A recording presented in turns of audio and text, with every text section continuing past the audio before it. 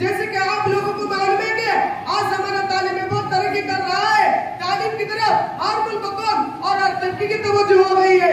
इसी दौर में किसी कौम और किसी मुल्क की तरक्की इसी में समझी जाती है कि इसी के तालीम याफ्ता कितने हैं। हर मुल्क को गिरोह अपने अफराद को ज्यादा से ज्यादा तालीम इलाज में लगाना चाहता है और दूसरों को उसी मैदान में पीछे ढकेलने में लगा हुआ है।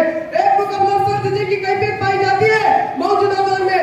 इस बात की बड़ी जरूरत है कि यह बताया जाए कि इस्लामी इल्म की क्या अहमियत है और एक आलिम क्या अदब का दादर होते हुए इस्लाम इंसान की फितरी तलाश वो जुस्तजू खोज के लिए किस कदर मुफीद साबित होता है। उसकी तालीमात इंसान के इन दो की तकमील और तस्लीम का दर्जा सामान फराहम करती है। सबसे पहले सूरह जो आखिर से नज़ुल पर नाज़िल हुई उसमें अल्लाह ताला ने इंसान के अफसना दिला के अल्लाह वही है जिसने इल्म और तालीम का जवाब से आना सके। इरशाद होता है अल्लमल इंसान मा लम यअलम, सिखा इंसान को वो जो वो नहीं जानता था। कुरान ने जानने वालों और न जानने वालों की परिचय में नहीं रखा। हल यस्तविल लज़ीना यअलमून वल्लज़ीना ला यअलमून, क्या वो लोग जो जानते हैं और वो लोग जो नहीं जानते बराबर हो सकते हैं? तहसील इल्म के इस्लाम में किस कदर अहमियत है उसका अंदाजा हदीस नबी से दर्ज हो जाता है। एक हदीस में आपने फरमाया उतलुबुल इल्म वलो बिसिन, इल्म हासिल करो अगर जो उसके लिए चीन का सफर क्यों ना करना पड़े।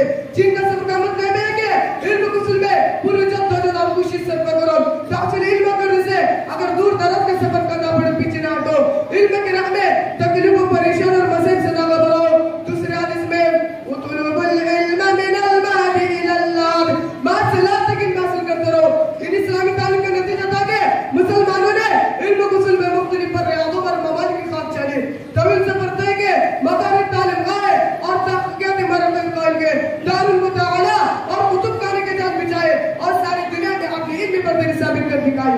इस्लाम इन सारे इल्म फनून को सीखने और हासिल करने की इजाजत देता है जिसमें इंसानी मदद इंसानी माशरा की फौज फला मद्देनजर हो। साथ ही वो इल्म फन इस्लामी उसूल और कानून से मुतशादिम न हो।